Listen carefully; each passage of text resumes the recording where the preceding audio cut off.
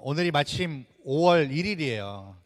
우리 가족들 아침에 교회 오다가 우리 막내 애가 이렇게 유튜브 한국 거를 굉장히 많이 보거든요. 그래서 이렇게 노래를 부르는데 5월은 부르구나 그 노래를 부르는 거예요. 그래서 너 어떻게 그거 아니 그랬더니 봤다는 거예요. 그래서 야 아빠도 어렸을 때 그 노래 많이 불렀어 그렇게 얘기를 해주고 한국의 어린이날이 왜 있고 또 누가 만들었고 뭘 위해서 그렇게 했고 그런 얘기를 좀 나누면서 오늘 아침에 그렇게 교회를 왔습니다. 오늘 한국에서는요 이미 뭐 지나갔지만 5월 첫 번째 주일을 한국에서 뭐로 지내죠? 어린이 주일로 지내요. 이게 미국에서는 뭐 매일이 어린이날 같아서 그런지 몰라도 미국 사람들은 어린이 주일 이런 거 없는데 우리 한국 교회들은 좀 어린이 주일 저는 지켰으면 좋겠어요. 있으면 좋을 것 같아요. 저희 아내한테 얘기를 들어보니까 오늘 또 마침 이 어린이 주일 우리 어른들은 너무 잘 아시기 때문에 우리 주일학교 부장님 또 PTA 회장님 이렇게 해가지고 아이들 위해서 오늘 음식을 준비해 오셨다고 그러더라고요. 너무 귀한 마음인 것 같고 좀 우리 격려와 감사의 박수를 좀 드릴까요? 예. 그래서 우리 아이들은 오늘 점심에 맛있는 거 먹을 겁니다. 그래서 우리 수고하신 분들 너무 감사드리고요. 오늘 네트워크 설교 시리즈 5번째 시간입니다. 오늘 설교의 주제어는요 다음 세대입니다. Next Generation. 우리가 다음 세대 그러면은 우리가 많이 미국에 살면서 그 이야기를 듣지만 주로 우리의 자녀들만 생각을 합니다. 근데 우리 자녀들에게만 이 내용들이 해당되는 것이 아니고 사실은 자녀가 있기 전에 뭐가 있죠? 부모가 있죠. 그리고 다음 세대가 있기 전에 우리 기성세대들이 있는 겁니다. 그래서 우리가 그런 것들을 염두에 두고서 오늘 말씀을 함께 나누었으면 좋겠습니다. 지금 리바이브 교회 리드 패스터로 섬기고 계신 우리 수상 목사님, 박수상 목사님. 예전에 제가 너무 기억에 남고 인상적이었던 게 있었어요. 뭐냐면 같이 이렇게 연합 예배를 코리안 컨그리게이션과 잉글리시 컨그리게이션 같이 이렇게 예배를 드릴 때 세례를 준 적이 있잖아요. 유아 세례를 준 적도 있고. 그래서 유아 세례를 드릴 때 제가 너무 인상적이었고 야 앞으로 저거는 정말 저렇게 해야 되겠다라고 생각이 든 것 중에 하나가 무엇이었냐면은 유아 세례를 줄 때 다 이제 순서를 한 다음에 성도들을 다 일으키잖아요. 일으키면서 이런 서약을 했던 거 여러분 기억나세요? 이 아이를 낳은 부모만의 아이가 아니라 우리 온 성도들이 함께 돌아봐주고 기도해주고 양육해야 할 아이입니다. 그렇게 하고 우리가 서약했던 적이 있어요. 여러분 기억나세요? 저는요 그게 잊혀지지가 않아요. 너무 중요하고 너무 귀한 것들을 저는 배웠다라고 생각을 합니다.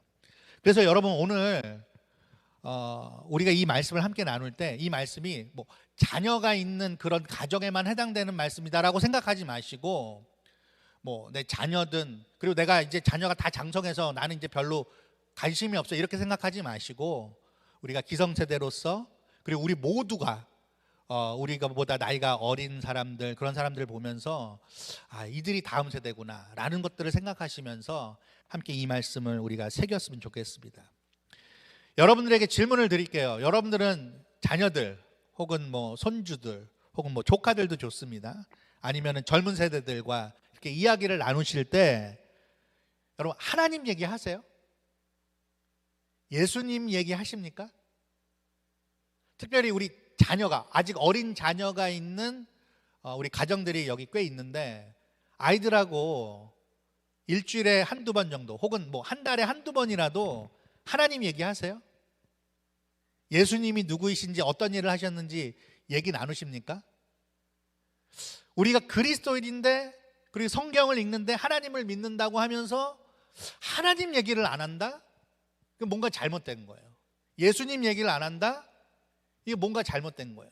우리의 대화 가운데 가장 많은 부분을 차지하는 것이 뭐라고 여러분 생각하십니까?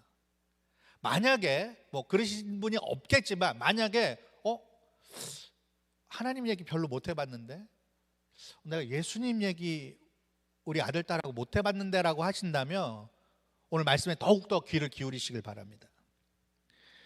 그리고 하나님 얘기를 여러분들이 하신다면 그리고 예수님 얘기를 하신다면 그 이야기를 할 때 어떻게 얘기를 하십니까? 그리고 어떤 부분에 대해서 이야기를 하십니까?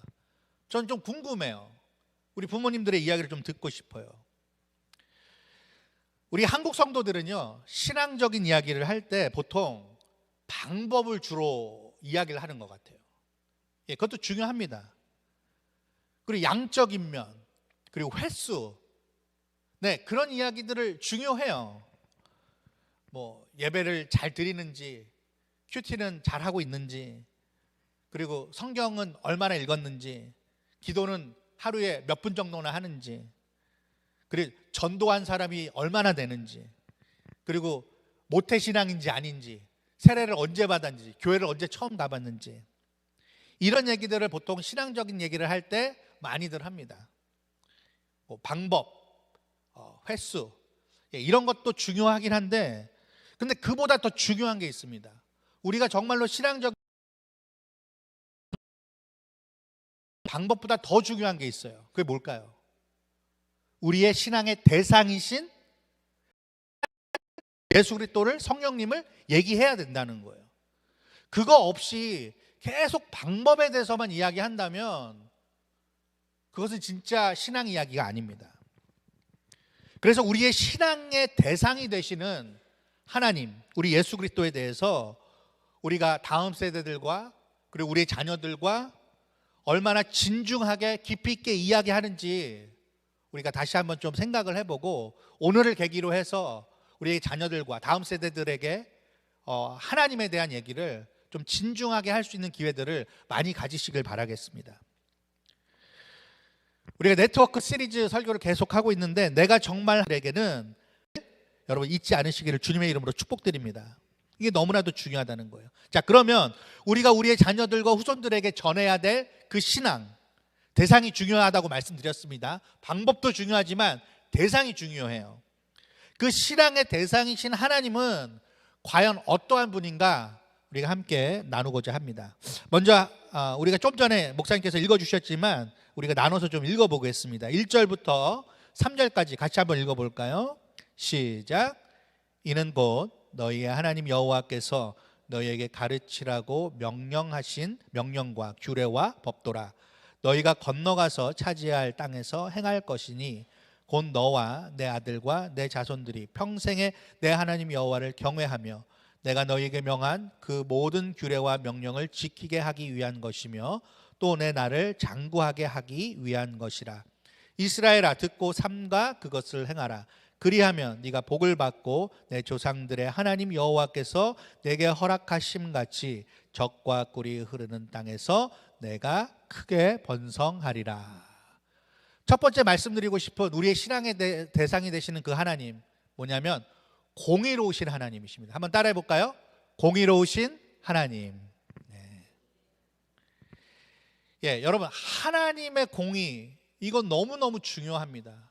근데 우리가 뭐 이따가 살펴보겠지만 하나님의 사랑하고 이렇게 비교해 봤을 때 공의에 대해서는 별로 이야기하지 않는 경향이 있어요. 그 제임스 패커 목사님의 Knowing God이라는 그 책을 읽어보면은 거기에도 그런 문제점을 지적하고 있습니다. 교회 성도들이, 그리스도인들이 하나님의 진노에 대해서, 하나님의 의와 하나님의 법에 대해서는 너무 가볍게 다룬다는 거예요. 금방 지나가 버린다는 거예요. 그런데 그래서는 안 된다는 것입니다. 성경은 끊임없이 하나님에 대해서 이야기하고 있기 때문에 그래요. 그래서 그 점에 대해서 우리가 지나쳐서는 안 돼요. 성경을 읽으면서 죄악으로 인하여서 타락한 인간들에 대한 하나님의 입장과 하나님의 처단이 너무나도 빼곡히 기록되어 있어요. 그래서 우리들은 그 하나님의 공의로우심을 분명히 알고 있어야 합니다. 하나님의 그 무서움을 알고 있어야 돼요. 하나님께서는요, 약간 좀 사법적이세요. 하나님이 무섭긴 무서운데 평소에 그렇게 무서우신 것이 아니라 우리가 무언가 하나님께서 정해놓으신 것을 어겼을 때 그것을 근거로 하여서 그냥 이유 없이 무서우신 것이 아니라 어떤 이유가 분명히 있으실 때는 하나님께서 분명히 진노하시는 분이시라는 거예요. 하나님은요, 공의와 심판의 하나님이십니다. 여러분 믿으십니까? 그래서 하나님을 두려워해야 돼요. 어떤 자유신학자들은요, 그 성경과 구약 성경의 그 하나님의 모습을 보고서, 특별히 뭐 이렇게 모세오경이나 여러분 선지서 읽어보시면, 야, 하나님이 이렇게까지 하시나? 갑자기 어떤 날 하루에 막 몇만 명을 죽이기도 하시고 그러잖아요. 그래서 어떤 신학자들은 이걸 가지고 야, 하나님이 너무 폭력적이다, 이렇게 이야기하는 경우도 봤습니다. 그렇게 보이기도 하죠. 그렇죠? 언뜻 보면 그렇게 보입니다. 그만큼 하나님의 공의라는 거, 하나님의 진노와 하나님의 법이라는 것은요, 매서운 것입니다. 여러분, 그거에 대해서 얼마나 인지하고 계세요? 그런데 그것이 하나님 잘못입니까? 절대 아니죠. 하나님의 잘못이 아니에요.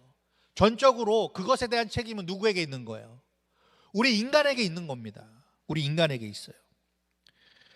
여러분, 인간에게 이러한 별명을 붙여도 좋지 않을까요? 뭐냐면 룰 브레이커, 법을 깨느니. 여러분, 우리는 법을 잘 지킵니까? 아니면 법을 잘 안 지킵니까? 여러분, 일례로 여러분 캘리포니아 스탑이라는 거 아시죠? 그 스탑 사인이 있을 때 원래 몇 초 세야 돼요? 3초 세야 되죠. 근데 어떻게 합니까? 저도 사실 부끄러운데 그런 실수를 많이 해요. 쭉 가다가 대충 이렇게 서서히 가다가 없으면은 바로 그냥 멈추지 않고 가는 그 캘리포니아 스탑이라고 그러더라고요. 여러분, 우리들은요, 많은 순간에 법을 어기면서 살아요. 이 세상의 법도 그렇고 우리가 걸리지 않았을 뿐이지, 더군다나 하나님의 법, 우리가 많이 어기고 삽니다. 그래서 인간은요, 룰 브레이커라는 별명을 가져도 할 말이 없을 것 같아요.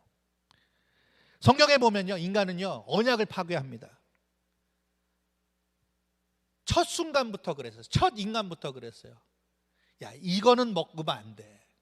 동산 중앙에 있는 건 먹으면 안 돼. 자, 아담과 하와가 어떻게 했죠? 룰을 깨고 보기 좋게 먹었습니다. 맛있게 먹었습니다.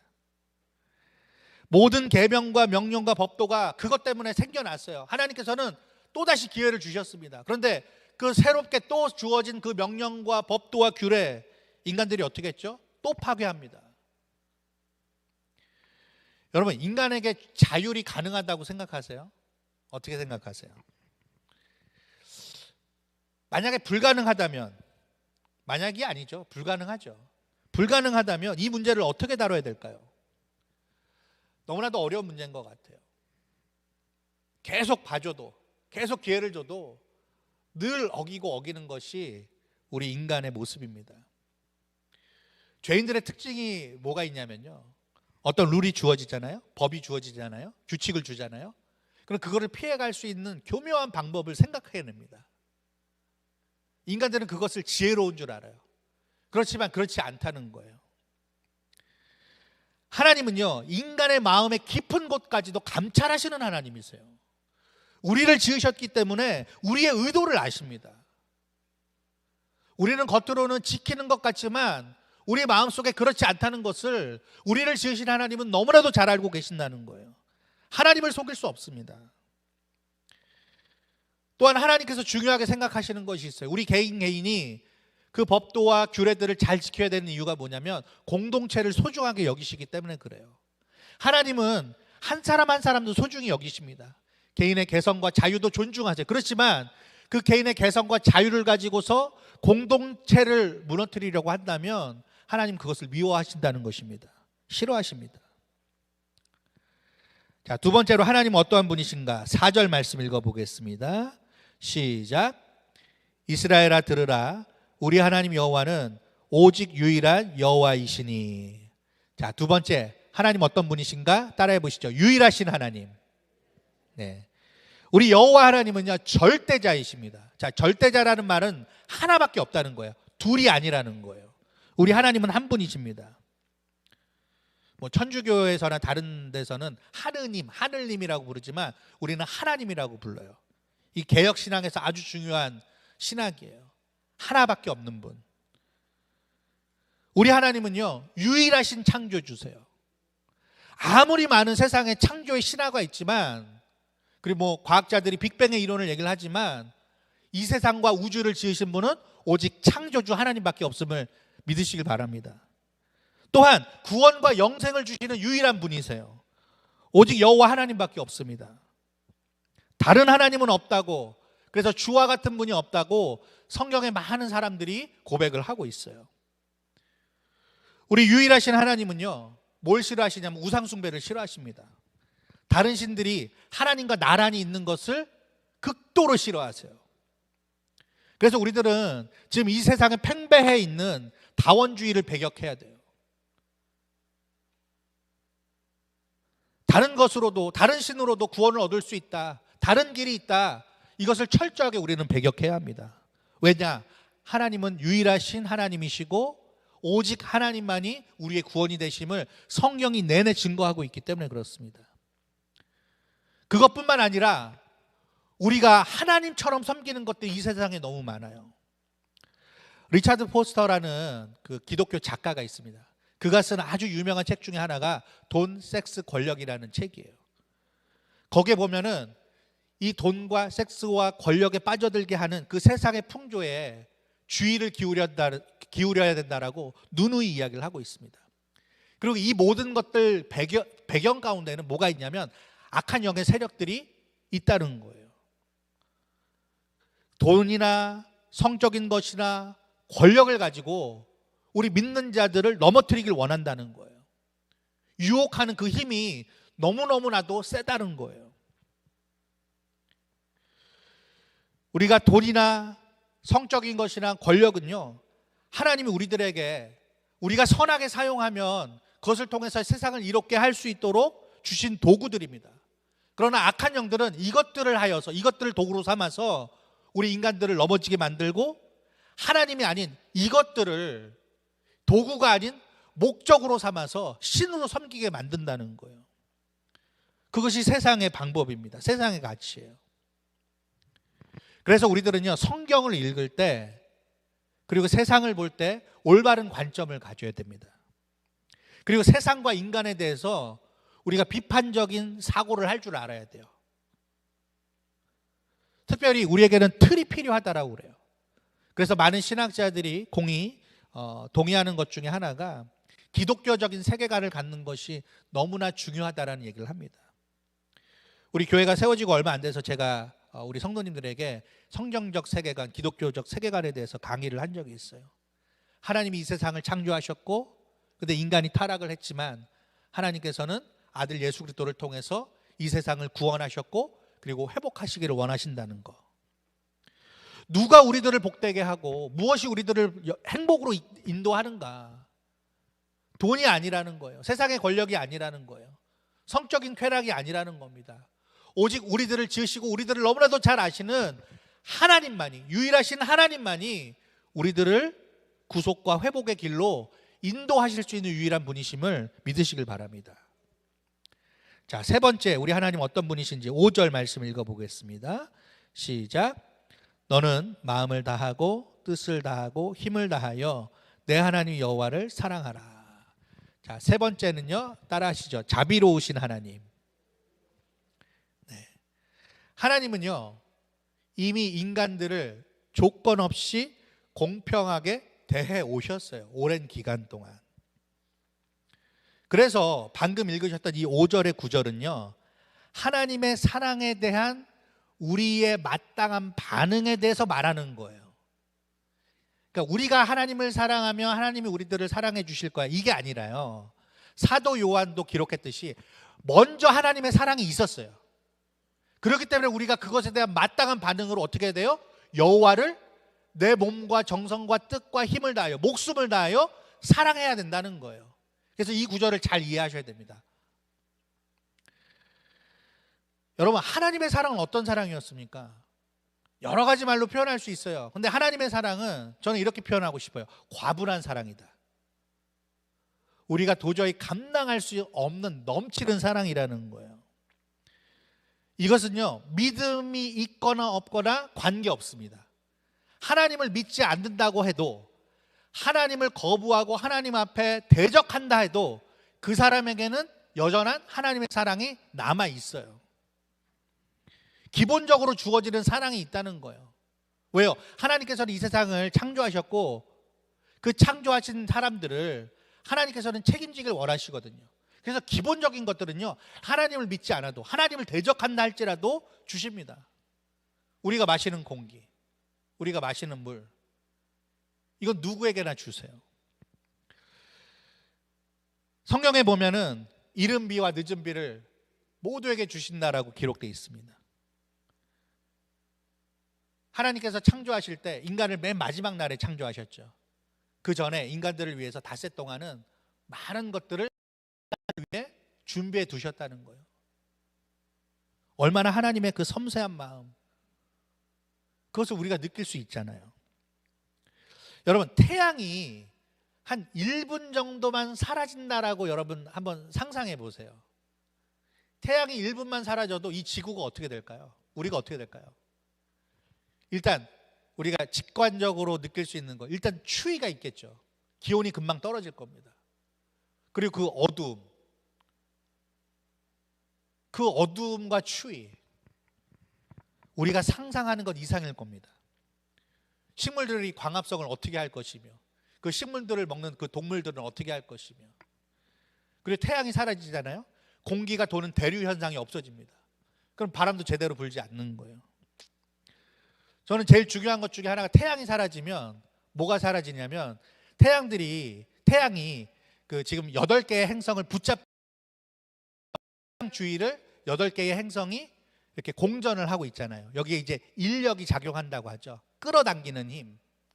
이게 없어지면은 제가 찾아보니까요, 몇 분 이내에 지구가 튕겨져 나간다고 하더라고요. 그러니까 궤도가 없는 거예요. 그러니까 중심이 사라져 버리니까 지구가 막 가는 거예요. 어디로 가야 될지 모르는 거예요. 여러분, 하나님은요, 지금도 믿는 자들이나 믿지 않는 자들을 붙잡고 계시기에 살아갈 수 있는 거예요. 우리는 그거를 아는 것 뿐이고요, 세상 사람들은 그것을 인정 안 하고 모르다 뿐인 것입니다. 하나님의 사랑이 얼마나 대단한 것인지 우리들은 생각하고 또 생각해 봐야 돼요. 무엇보다도 하나님께서는요, 모든 인간들을 자기의 형상으로 만드셨습니다. 오직 인간에게만 그 하나님의 형상이 주어졌어요. 이건 식물에게도 없고요, 동물에게도 없습니다. 오직 인간에게만 이마고 데이, 하나님의 형상을 주셨다는 거예요. 이건 무슨 뜻입니까? 하나님이 인간만큼은 인격적으로 대우해 주시겠다는 거예요. 마치 하나님이 하나님 자신을 대하듯이 대하시겠다라는 의도가 담겨 있는 거예요. 여러분, 인간이 그러한 존재입니다. 그렇게 지음을 받았어요. 그리고 피조물들 가운데 오직 인간만이 영적인 존재입니다. 그래서 인간에게는 영혼이 있다고 얘기를 하죠. 이것은 왜 그렇습니까? 하나님께서 영이시기 때문에 영이신 하나님과 이 인간이 교제할 수 있도록, 사랑을 나눌 수 있도록 하신 하나님의 배려라는 거예요.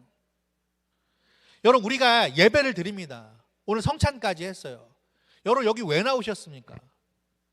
내가 주일 예배 안 드리면 깨림직하니까, 그래도 내가 직분자니까 예배 드리면 안 되니까 이렇게 나오셨습니까? 그게 아니라는 거예요. 하나님은 이 예배를 통해서 여러분들을 만나기 원하시고, 여러분들과 사랑의 교제를 깊이 있게 나누시길 원하시기 때문에 이 예배라는 형식을 우리에게 주셨다는 거예요. 그걸 우리가 알고서 예배해야 된다는 것입니다. 여러분, 이렇게 우리가 3가지로 신앙의 대상에 대해서 알아봤습니다. 우리 하나님 어떤 분이라고요? 공의로우신 하나님, 유일하신 하나님, 자비로우신 하나님, 공유자, 이렇게 외우시면 돼요. 여러분, 이 하나님에 대해서 우리가 자녀들과 나눠야 된다는 거예요. 하나님 이야기할 때 이 하나님에 대해서 알려줘야 된다는 거예요. 지금까지 그렇게 해오셨습니까? 근데 여러분, 이런 식으로 하나님에 대해서 우리의 자녀들에게 알려주는 것만으로 신앙 전수가 됐다라고 생각할 수 있을까요? 그걸로 충분할까요? 야, 하나님은 공의로우신 하나님이야, 유일하신 하나님이야, 자비로우신 하나님이야, 알았지? 됐지? 잘해봐. 여러분, 자녀들이 과연 그것을 정말로 제대로 알 수 있을까요? 자칫 잘못하면 이렇게만 전하면 그냥 지식 전달에만 그칠 수가 있습니다. 우리 자녀들에게 이 얘기가 안 와닿을 수 있어요. 왜냐하면 보이지 않으시니까. 그래서 우리들은 신앙의 전수라는 것을 조금 폭넓게 생각해야 됩니다. 여러분, 전수라는 말을 그 사전에 찾아보면요, 이렇게 돼 있어요. 기술이나 지식 따위를 전하여 받음. 그러니까 전자는 전달하다는 뜻이고 숫자는 받을 숫자예요. 그러니까 주는 사람이 있어야 되고 받는 사람이 있어야 된다는 거죠.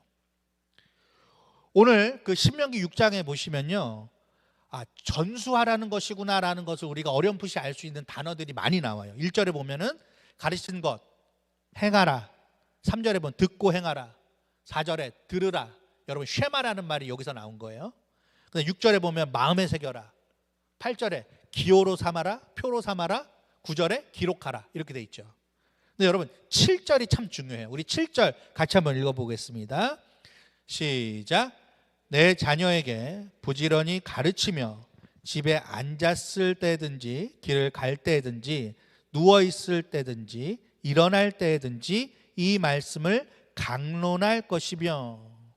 자, 일단 부지런히 가르치며라는 말은요, 이게 무슨 말이냐면 그 히브리어 원어를 찾아보면 더 정교하게 다듬어서 익숙해지도록 하라는 뜻이에요. 그게 전수예요.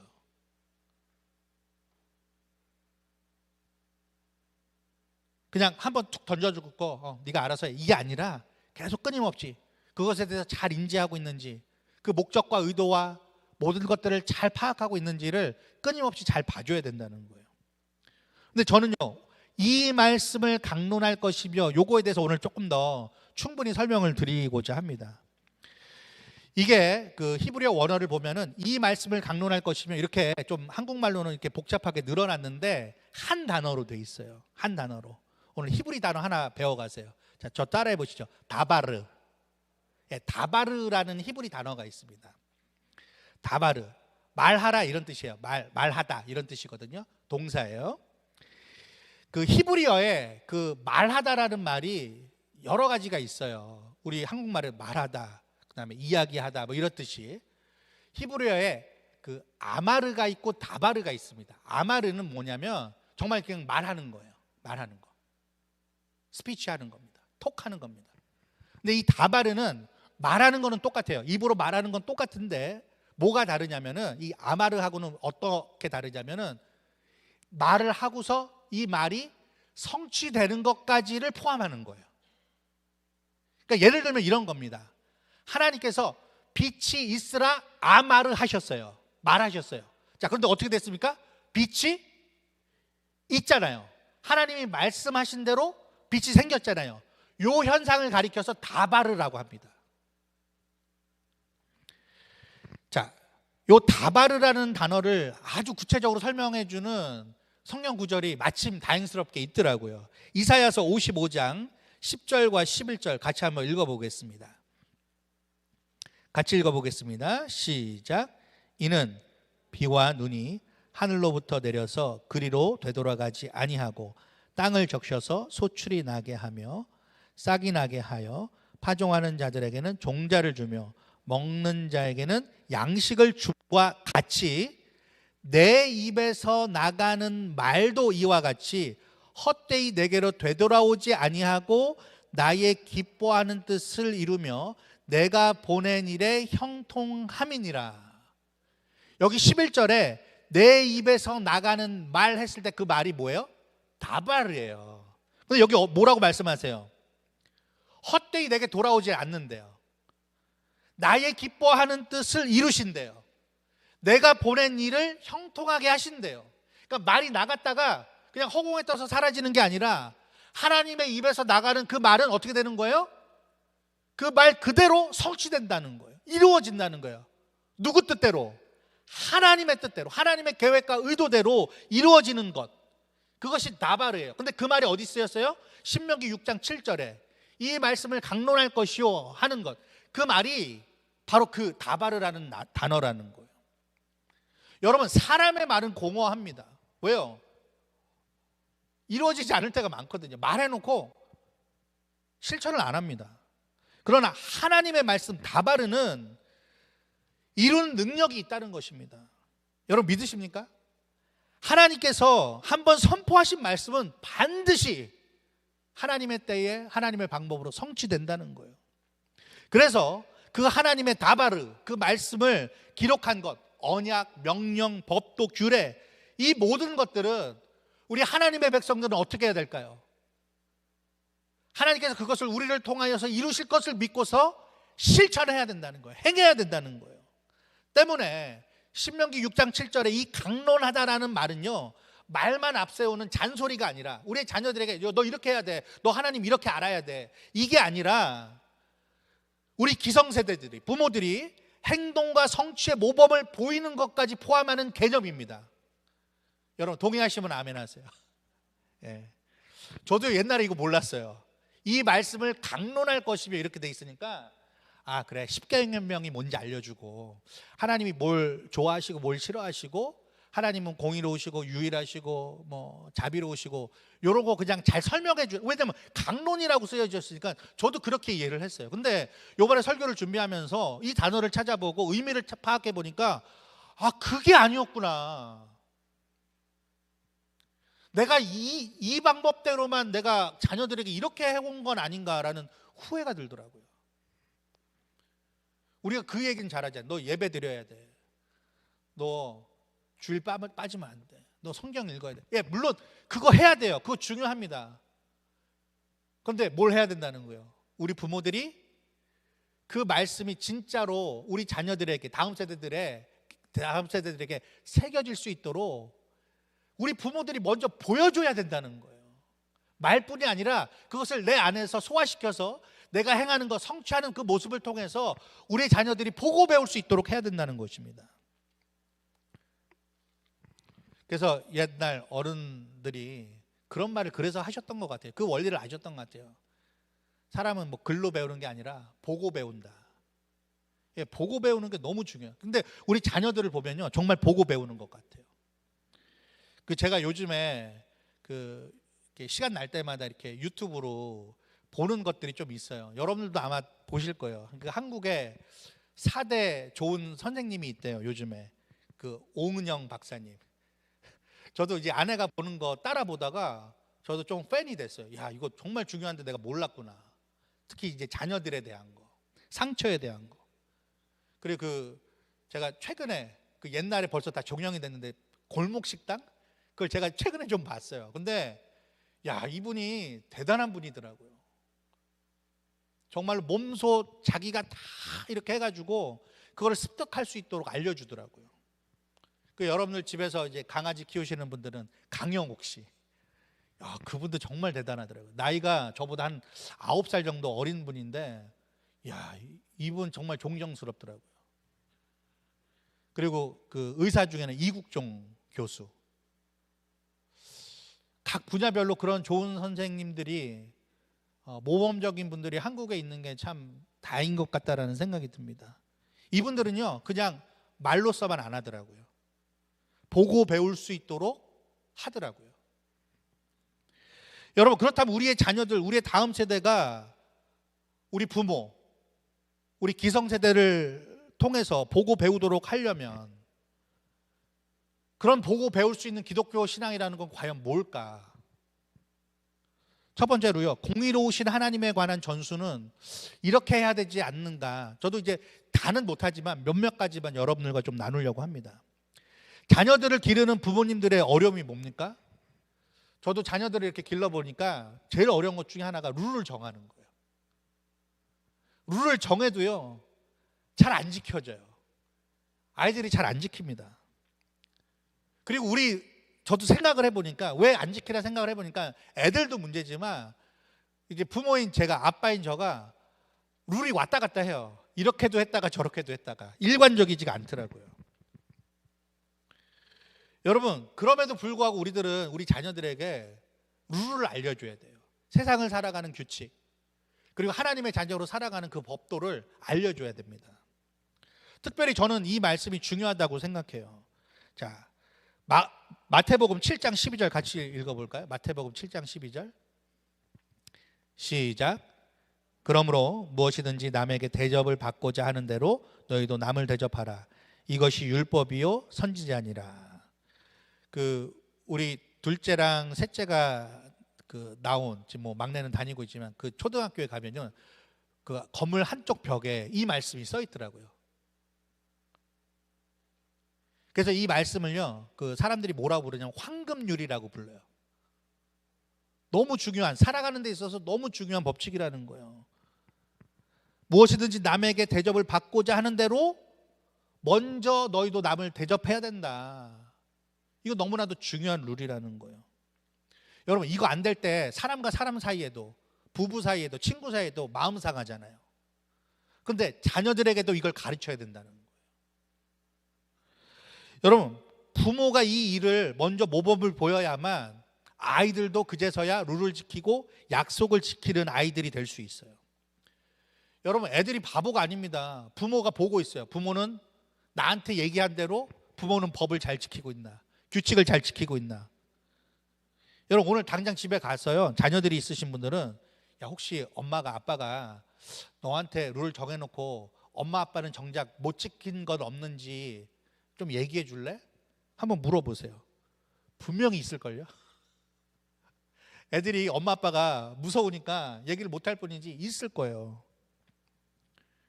그래서 아까 하나님은 사법적인 분이시다라고 얘기를 했잖아요. 그래서 이게 중요하다는 거예요. 일관성과 기준을 갖는 거. 우리 부모들이 가끔 자녀들한테 화를 냅니다. 저도 아이들한테 화를 내고 소리를 지를 때가 있어요. 근데 대체로 보면 감정적일 때가 훨씬 많은 것 같아요. 어떤 룰에 의해서 뭐 아이들이랑 약속한 걸 가지고 그걸 근거로 해서 화를 내는 게 아니라 제 기분대로, 제 마음대로 화를 내고 감정적으로 대응할 때가 얼마나 많았는지 몰라요. 여러분, 우리 부모 세대가, 기성세대가 우리는 그렇게 하지도 않았으면서, 그렇게 못했으면서 그 이상의 것을 자녀들에게 요구할 수 있습니까? 근데 우리들은 너무나도 쉽게 그렇게 해요. 야, 너를 어떻게 미국까지 데리고 왔는데 목숨 걸고 공부해라. 자기는 목숨 걸고 공부하지도 않았으면서 우리가 그런 얘기들을 자녀들한테 서슴없이 합니다. 여러분, 가장 중요한 것은요, 저는 이거라고 생각을 해요. 부모 자신이, 우리 기성세대가 우리 스스로 공의롭지 못했음을 우리 자녀들 앞에서 진실되게 인정해야 된다고 생각해요. 고백해야 된다고 생각해요. 미안한 것은 미안하다라고 얘기를 해야 됩니다. 아이, 마음은 있는데 좀 그렇게 말하기가 좀 그래요. 여러분, 그렇게 생각한다면 우리 자녀들을 우리들은 그냥 우리 아랫사람으로만 하대하는 것 뿐이에요. 동등한 인격체로 생각해야 돼요. 걔네들이 태어나고 싶어서 태어났습니까? 아니잖아요. 그러니까 미안한 것은, 우리가 실수하고 잘못한 것은 인정하고 고백해야 된다니까요. 그게 참 중요합니다. 예전에 우리 그 아들 녀석하고 무슨 얘기를 하다가 그 예수님이 십자가에 달려 죽으신 것에 대해서 얘기를 하게 됐어요. 걔가 이제 질문을 하더라고요. 얘기를 하는데 자기는 너무 이상하다는 거예요. 뭐가 이상하냐? 예수님이 잘못한 게 없는데, 죄 지으신 분이 아닌데 왜 십자가에 달려 죽으셔야 되냐라는 그런 의문을 가졌더라고요. 그러면서 하는 얘기 중에 하나가, 제가 깜짝 놀랐는데, 아니 아빠, 우리가 잘못했는데 왜 예수님이 저걸 당하셔야 되죠? 하나님이 예수님한테 화풀이 하신 거 아니냐고 막 이런 얘기를 하는 거예요. 화풀이라는 단어를 쓰더라고요. 어떤 면에서는 그게 맞는 것 같고 어떤 면에서는 아니고, 그래서 제가 이제 설명을 잘 해줬어요. 그래, 우리가 당해야 되는 건데 예수님이 당하셨고 그게 아니었다면 우리는 구원받지 못했어. 그래서 그렇게 하셨던 거야. 그렇게 얘기를 해줬어요. 근데 그 얘기를 들으면서 제가 마음에 찔림이 있었어요. 아빠로서. 내가 혹시 얘한테 화풀이 한 적은 없나? 좀 지나치게 내가 얘를 좀 혼낸 적은 없나? 그런 생각이 갑자기 들어가지고 물어봤어요. 우리 윤서한테. 윤서야, 혹시 너도 그런 화풀이 당했다라는 그 느낌을 가진 적이 있냐고 그랬더니 우리 윤서가 정직하네요. 있대요. 제가 미안하다고 그랬어요. 정말 미안하다. 왜냐하면 저도 찔려서 얘기한 거거든요. 여러분, 애들이 보고 있습니다. 그러니까 부모가 룰을 지키는지 안 지키는지 이것도 보고 있고요. 더 중요한 거는 부모가 실수하고 잘못했을 때 우리 부모는 나한테 미안하다고 하나? 잘못했다고 인정하나? 여러분, 우리가 그렇게 하지 않으면요, 우리 아이들이 공의로우신 하나님을 볼 수 없어요. 적어도 자기를 낳아준 부모가 공평하지 않고 정의롭지 않다라고 여기지 않아야 되지 않겠습니까? 그리고 부모가 실수하고 잘못했을 때 그것을 정직하게 진실되게 고백해야 되지 않겠습니까? 그래 우리 자녀들이 공의로우신 하나님을 만나죠. 어떻게 만날 거예요? 우리가 아무리 공의로우신 하나님 떠들어봤자 내가 공의롭지 못하고 내가 공의롭지 못한 거에 대해서 인정하지 않으면요, 우리 자녀들이 아이, 난 저 믿을 수 없어. 아니 보이는 엄마 아빠도 공의롭지 못한데 보이지 않는 하나님이 공의롭다고? 그래서 여러분, 공의에 대한 이야기를 나눌 때는요, 반드시 나의 문제, 나의 죄, 나의 잘못, 우리 인간의 그 죄의 문제에 대해서 더 깊이 있는 대화를 하셔야 돼요.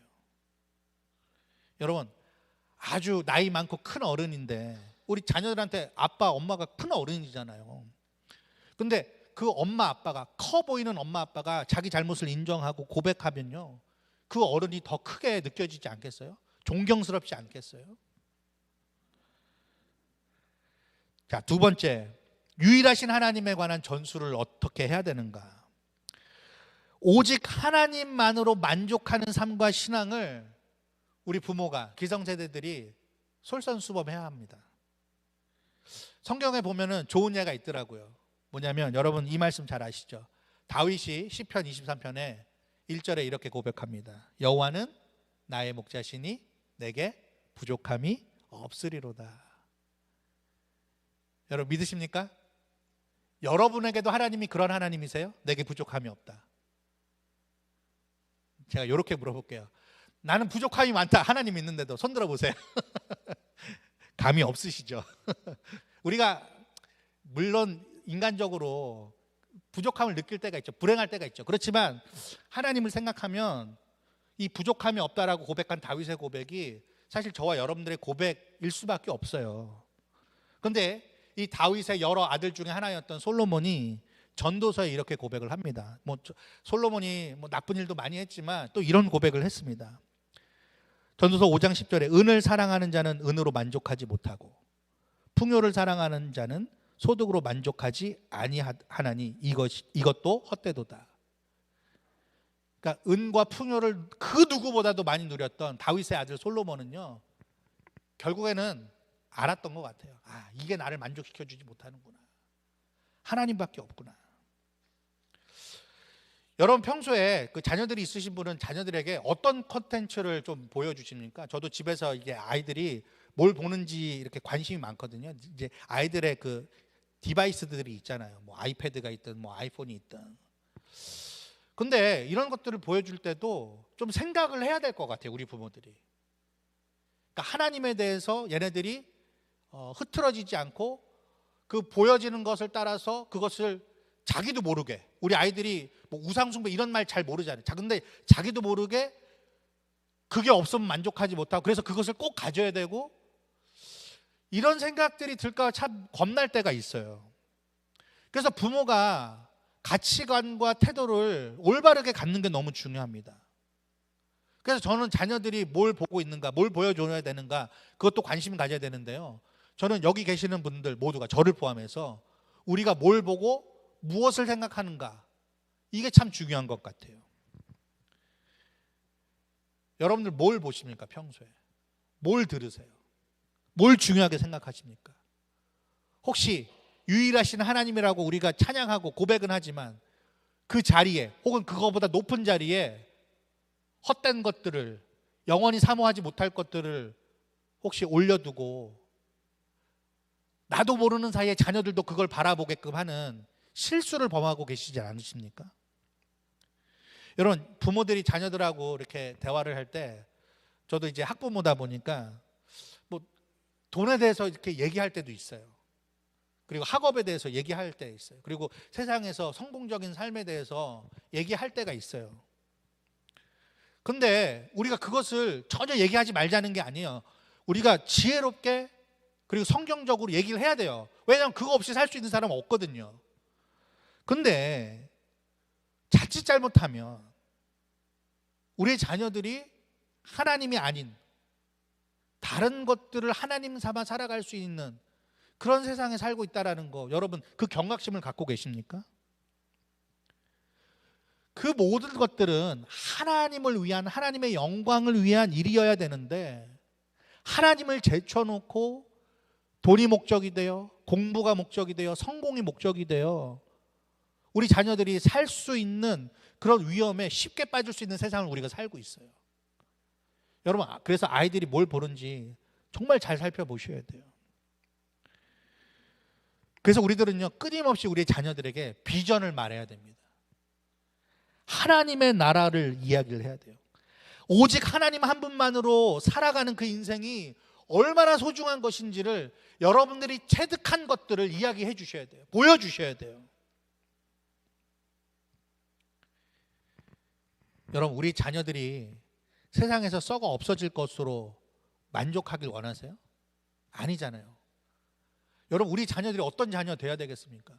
영원을 사모하는 자녀들 돼야 되지 않겠습니까? 우리를 그렇게 만드셨어요. 하나님이 영원을 사모하도록 만드셨는데 우리 자녀들의 관심사가 다 뭐예요? 썩어 없어질 것들, 그냥 이 세상에서 사라질 것들에 너무 많은 관심을 갖고 있어요. 근데 이게 온전히 오롯이 자녀들의 책임입니까? 아니라는 거예요. 우리의 책임이라는 거예요. 우리의 책임. 여러분, 늦지 않았습니다. 저는 그래서 어떤 위기와 어려움과 곤란한 일이 찾아왔을 때 우리가 사람을 찾고 돈을 찾고 어떤 방법을 찾잖아요. 근데 그럴 때 당황하지 말고 우리 자녀들에게 믿음과 소망을 보여줄 수 있고 가르쳐 줄 수 있는 기회로 삼아서 정말로 그러한 때에 내가 유일하신 하나님, 나를 지켜보시고 나를 구속하시고 나를 회복하시기를 기뻐하시는 그 하나님을 기쁨으로 정말로 말할 수 있는, 그 하나님에 대해서 우리 자녀들에게 보여주고 들려줄 수 있는 저와 여러분 될 수 있기를 주님의 이름으로 축복드립니다. 저도요, 이거 생각하면 후회가 너무 많아요. 어려운 일이 있을 때 제가 이렇게 한숨을 참 많이 쉬었던 것 같아요. 한숨 쉬지 말고 더 기도할 걸. 물론 한숨을 전혀 안 쉰다면 좀 인간적이지는 않긴 해요. 근데 덜 한숨 쉬고 더 기도할 걸. 그 생각이 버떡 나더라고요. 후회가 됩니다. 내 숨이, 여러분들의 숨이 한숨이 되느냐 아니면 기도의 호흡이 되느냐, 이건 여러분들에게 달렸다는 겁니다. 어려운 일이 닥쳐할 때, 곤란한 일이 닥쳐할 때 여러분들의 숨이 한숨이 아닌 기도의 호흡이 되시길 주님의 이름으로 축복드립니다. 세 번째, 자비로우신 하나님에 관해서는 어떻게 전수하면 좋을까? 우리 아까 그 마태복음 7장에 있는 말씀, 그 말씀 우리가 봤는데 이게 그 다른 복음서에도 있어요. 제가 읽어드릴게요. 누가복음 6장에 보면은 31절에 남에게 대접을 받고자 하는 대로 너희도 남을 대접하라, 이렇게 간단하게 돼 있어요. 근데 마태복음과는 다르게 이 말씀을 예수님께서 하신 후에 그 다음에 나오는 누가복음 말씀이 굉장히 흥미롭습니다. 남에게 대접받고자 하는 대로 너희도 남을 대접하라 하시면서 뭐라고 이야기를 하시냐면, 너희가 만일 너희를 사랑하는 자만을 사랑하면 칭찬받을 것이 무엇이냐? 죄인들도 사랑하는 자는 사랑하느니라. 너희가 만일 선대하는 자만 선대하면 칭찬받을 것이 무엇이냐? 죄인들도 이렇게 하느니라. 너희가 받기를 바라고 사람들에게 꾸어주면 칭찬을 받을 것이 무엇이냐? 죄인들도 그만큼 받고자 하여 죄인들에게 꾸어주느니라. 오직 너희는 원수를 사랑하고 선대하며 아무것도 바라지 말고 꾸어주라. 그리하면 너희 상이 클 것이요 또 지극히 높으시는 이의 아들이 되리니 그는 은혜를 모르는 자와 악한 자에게도 인자하시니라. 이렇게 해놓고 주님께서 또 하나 말씀을 하십니다. 자, 6장 36절 같이 읽어볼까요? 누가복음 6장 36절 시작. 너희 아버지의 자비로우심 같이 너희도 자비로운 자가 되라. 아멘이세요? 예. 여러분, 우리 부모님들 자녀들을 좀 봐주세요. 예. 우리 어른들, 기성세대들, 젊은이들을 좀 봐주세요. 꼰대가 되지 말고 봐주세요. 요즘 꼰대라는 말이 그냥 모든 세대에게 다, 왜냐하면 자기보다 어린 사람들이 있으니까 열 몇 살 되는 그 대학생 초반의 아이들도 그런 좀 의식을 갖고 있더라고요. 내가 꼰대로 여겨지면 어떡하지? 이런 두려움들을 다 갖더라고요. 여러분, 제가 지금 여기서 말씀드리는 봐주다라는 말의 그 뜻은요, 불이나 불공정이나 부정을 그냥 넘어가 주라 이런 뜻이 아닙니다. 왜냐면 아까 우리 공의에 대해서 얘기했잖아요. 혼낼 것은 혼내야 돼요. 가르칠 건 가르쳐야 됩니다. 제가 말씀드리는 것은 정말 진심 어린 관심과 사랑으로 우리의 젊은 세대들을 또 우리의 자녀들을 봐줘야 된다는 거예요. 그 말씀을 드리고 싶은 거예요. 여러분, 젊은이들, 우리 자녀들 너무 몰아붙이면 안 됩니다. 멀씨가 좀 있어야 돼요. 숨은 쉴 수 있게 해줘야 합니다. 다윗이요 이런 얘기를 했습니다. 시편 18편 25절에 자비로운 자에게는 주의 자비로우심을 나타내시며 완전한 자에게는 주의 완전하심을 보이시며. 다윗이 이렇게 고백을 해요. 야, 내가 하나님의 사랑을 내가 받은 걸 알고서 사랑을 베풀었더니 그게 또 하나님의 사랑으로 돌아오네? 이걸 다윗이 경험한 거예요. 자식 사랑이라는 미명 아래 우리의 자녀들을 부모의 성공이나 명예 도구로 삼지 말아야 합니다. 그건 성경적인 가치관이 아니에요. 아까도 말씀드렸듯이 우리의 자녀들을 동등한 하나의 인격체로 대우해야 합니다. 여러분, 저도 그렇지만 교회에 와서 서너 시간 가면 쓰고 연기하는 거 쉽습니다. 다른 사람들에게 친절하게 대하고 막 웃으면서 대하고 이건 쉬워요. 근데 여러분, 집에서 자녀들한테 계속 그렇게 하는 거 진심이 없다면 어렵습니다. 내가 정말 이 세대들을, 이 자녀들을 하나님의 귀한 것으로 알아서 내가 청지기로서 양육해야지, 내가 잘 섬겨야지 하는 그 진심 어린 마음이 없으면요, 자칫 잘못하면 우리 자녀들이 통제의 대상이 되고 도구로 몰락해 버릴 수 있어요. 왜냐하면 약하잖아요. 약한데 우리가 사랑하고 봐주고 섬겨야지 그걸 통제하고 억누르려고 해서는 안 된다는 것이죠. 만약에 우리가 그들을 통제하고 도구로 삼으려고 한다면 그들이 어떻게 부모의 모습을 보고서 사랑의 하나님, 자비의 하나님, 인자하신 하나님을 어떻게 볼 수 있겠습니까? 여러분, 이 신명기의 독자는요, 모세의 마지막 설교들이잖아요.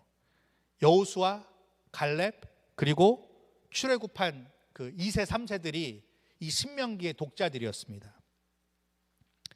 광야에 익숙해져 있는, 그러나 이제 곧 그 약속의 땅 가나안에 들어가야 하는 그 세대들에게 하나님께서는 모세를 통하여서 이 말씀을 남겨주고 있는 거예요. 그러니까 다음 세대들을 위해서 모세를 통해서 말씀을 주신 거죠. 왜 가나안에 들어가야 되는지. 여러분, 왜 가나안에 이들이 들어가야 됩니까? 그냥 광야에서 살면 안 돼요? 아니요, 들어가야 합니다. 왜요? 여러 가지 이유가 있겠지만 한 가지만 말씀드리면, 이 광야를 거쳤던 2세, 3세들이 그 땅에 들어가서 거기서 하나님 나라는 무엇인지, 하나님의 백성은 무엇인지를 모범적으로 보여주는 그 하나님의 도구로 쓰시고자 이 백성들을 그 땅으로 들어가게 하셨다는 겁니다. 근데요, 여러분, 이 신명기 모세의 이 마지막 설교, 다음 세대들에게 남긴 이 설교를 들었던 그 세대들 어떻게 됐습니까? 가나안 땅에 이제 들어가긴 들어가죠. 여호수아를 위시로 해서 들어가죠. 근데 어떻게 되죠? 우리 사사기 2장 10절 볼까요? 사사기 2장 10절 같이 읽어보겠습니다. 시작. 그 세대의 사람도 다 그 조상들에게로 돌아갔고 그 후에 일어난 다른 세대는 여호와를 알지 못하며 여호와께서 이스라엘을 위하여 행하신 일도 알지 못하였더라. 여러분, 어떻게 됐습니까? 가나안 땅에 들어갔어요. 근데 어떻게 돼요? 그 이전 사람들은 다 조상에 죽었다는 뜻이죠. 그리고 어떻게 돼요? 그 후에 일어난, 여기 지금 성경에 다른 세대라고 되어 있어요. 다음 세대가 아니라. 영어 성경 제가 다 찾아봤는데요, Next generation, Following generation이 아니라 뭐라고 되냐면 Another generation 이렇게 되어 있더라고요. 굉장히 차갑게 좀 바라보고 있었던 거 아닌가 싶어요, 이 사사기 기자가. 근데 이들이 왜 다른 세대로 불립니까? 하나님을 알지 못해요. 여호와께서 이스라엘을 위하여 행하신 일도 알지 못해요. 이거 누구 잘못이에요? 그 조상에게로 돌아간 그 세대들이, 기성세대들이, 부모들이 제대로 안 가르친 거예요. 제대로 전수하지 못했던 거예요. 여러분, 우리가 우리의 자녀들에게, 다음 세대들에게 잔소리, 조언, 우리의 경험한 거 가르침 그런 거 필요합니다. 그러나 우리 자녀들은 아까도 말씀드렸지만 보고 배웁니다. 그렇게 하려면 우리 부모들이 정말로 애를 쓰고 애를 써서 분명한 신앙과 분명한 삶의 철학을 갖고 있어야 합니다. 그래서 우리가 다음 세대가 잘 되려면 우리가 먼저 하나님 앞에서 우리의 신앙과 우리의 삶의 철학을 점검하고 또 점검해야 된다는 거예요. 그리고 그 확실한 신앙과 철학을 우리 자녀들에게 말로써가 아니라 그 말을 실천함으로써 다바르로 보여줘야 된다는 거예요. 근데 여러분, 이걸 우리가 하루 이틀 시도한 건 아니잖아요. 사실 이게 지금 제가 모르는 말씀을 전하는 게 아니잖아요. 그 무엇으로도 완벽한 그런 게 없어서 참 저도 안타깝습니다. 그래서 우리들은 뭐 할 수밖에 없어요? 그렇게 가르치기도 해야 되지만 기도해야 되잖아요. 우리의 자녀들을 위해서 여러분 얼마나 기도합니까? 얼마나 우리의 후손들을 위해서 기도하고 있습니까? 우리 기성세대에게 주어진 그 삶의 모범으로서 해야 될 것들도 있지만 그것과 더불어서 얼마나 우리들은 진지하게 하나님 앞에서 하나님 이 영혼들을 맡아달라고, 이 영혼들을 하나님 책임져 달라고 기도하고 계십니까? 제가 예전에 이런 말을 들은 적이 있어요. 우리 자녀들, 특히 이제 우리가 미국에 사니까 우리 자녀들이 이제 2세잖아요. 영어에 더 익숙하고 미국 문화에 익숙하고. 그러니까 가만히 생각해 보니까 이들이 선교의 대상이더라는 거예요. 우리가 어디 다른 나라에 선교 가면 언어 똑같지 않죠? 문화 똑같지 않죠? 그럼 어떻게 합니까? 선교의 대상으로 여기고 우리가 선교하잖아요. 근데 여기 우리 미국 땅에 살고 있는 우리 한인 2세들, 3세들 그렇게 바라봐야 된다는 거예요. 저는 그 말에 너무너무 동의합니다. 여러분 교회 오면은 썬데이 티처들이 계시죠. 너무 수고하고 봉사하고 계십니다.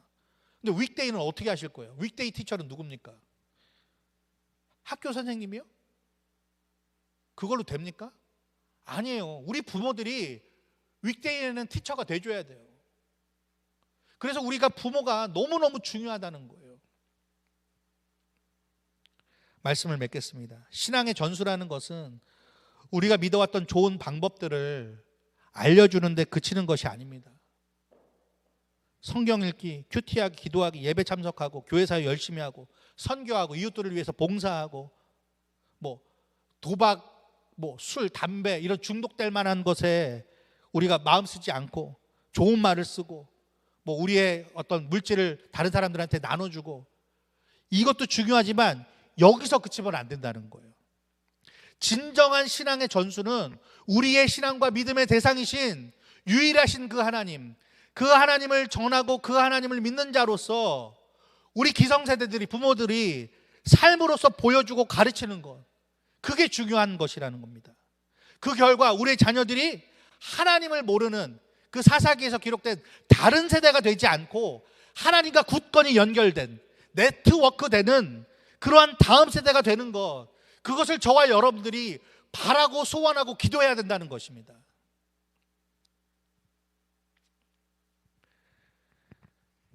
여러분 지금도 늦지 않았어요. 저도 이 말씀 준비하면서 내가 지나간 것은 지나간 대로 내가 반성의 계기로 삼고 내가 지금 이 순간부터 앞으로 주님 오시는 그날까지 내가 그리스도인으로 사는 동안, 목회자로 사는 동안, 그리고 우리의 자녀들의 부모로 사는 동안 내가 이 말씀 잊지 않아야 되겠다. 이런 삶을 내가 정말로 살아낼 수 있도록 하나님 앞에 구하고 또 구해야 되겠구나. 그런 마음으로 이 말씀 여러분과 나눴습니다. 여러분 모두도 저와 같이 이 일에 함께 동참하셔서 우리의 자녀들이 다른 세대가 아닌 다음 세대로서 온전히 설 수 있는, 그래서 우리가 이 세상을 떠난다 할지라도 우리가 안심하고 떠날 수 있는 그런 우리의 자녀들, 복된 자녀들이 될 수 있기를 주님의 이름으로 축원드립니다. 우리 다 같이 일어나셔서 이 찬양 함께 고백하도록 하겠습니다. 하나님, 내가 믿음 주셨는데 내 삶도 그 믿음에 따라서 이렇게 살아낼 수 있도록 나를 붙잡아 주시옵소서. 주님을 소망합니다. 주님께서 나에게 힘을 주시길 원합니다. 우리 그러한 마음 가지고 함께 고백하도록 하겠습니다.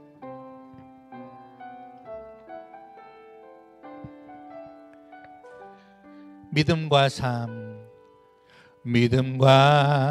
삶을 살아내는 실력이 너무나 다른 내 모습을 볼 때에 이 모습도 주가 사랑하실까?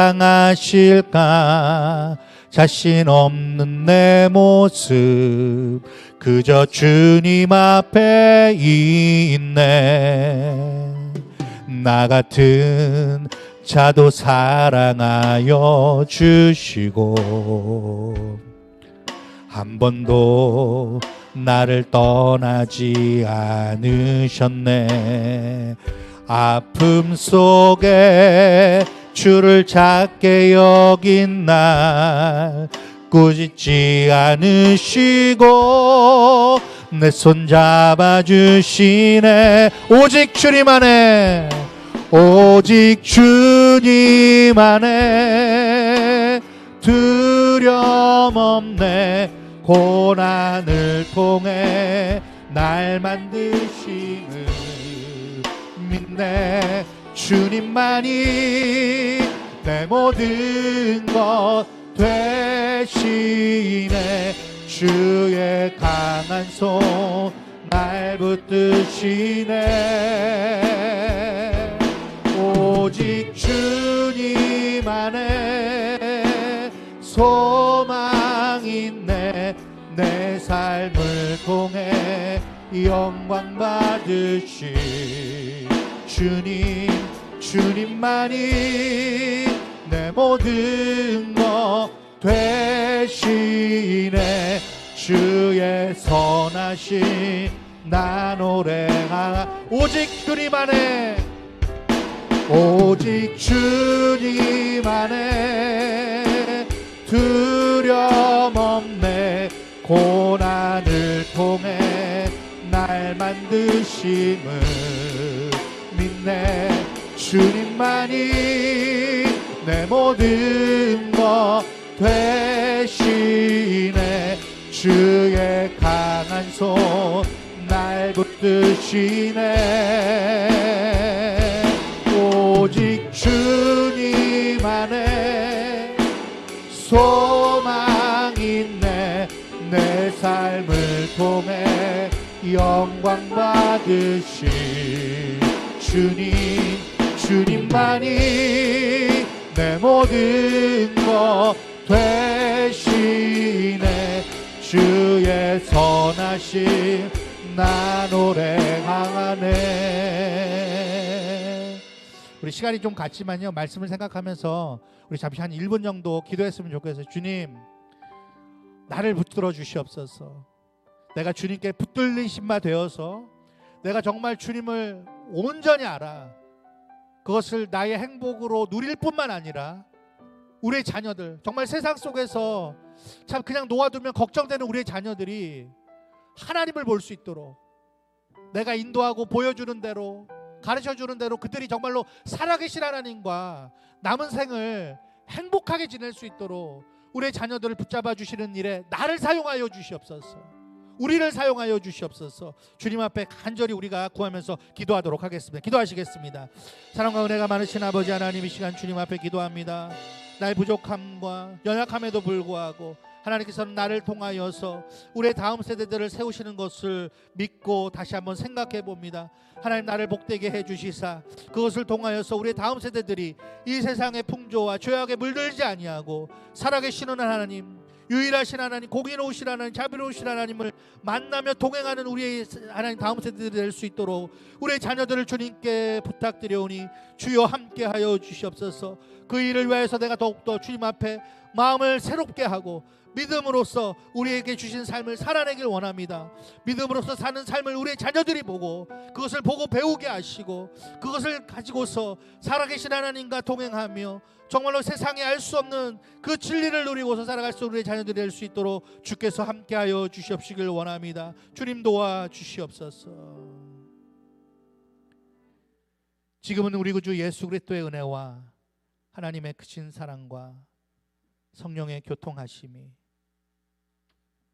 부모로서 기성세대로서 우리의 다음 세대, 우리의 자녀들을 위하여서 믿음으로 삶을 살고자 원합니다. 주님 앞에 고백하고 다짐하는 모든 심령들 머리 위에 또 주께서 핏값으로 사신 우리 그레이스밸리 교회와 온 땅의 교회들과 선교지 가운데 지금부터 영원토록 함께 계시기를 간절히 축원하옵나이다.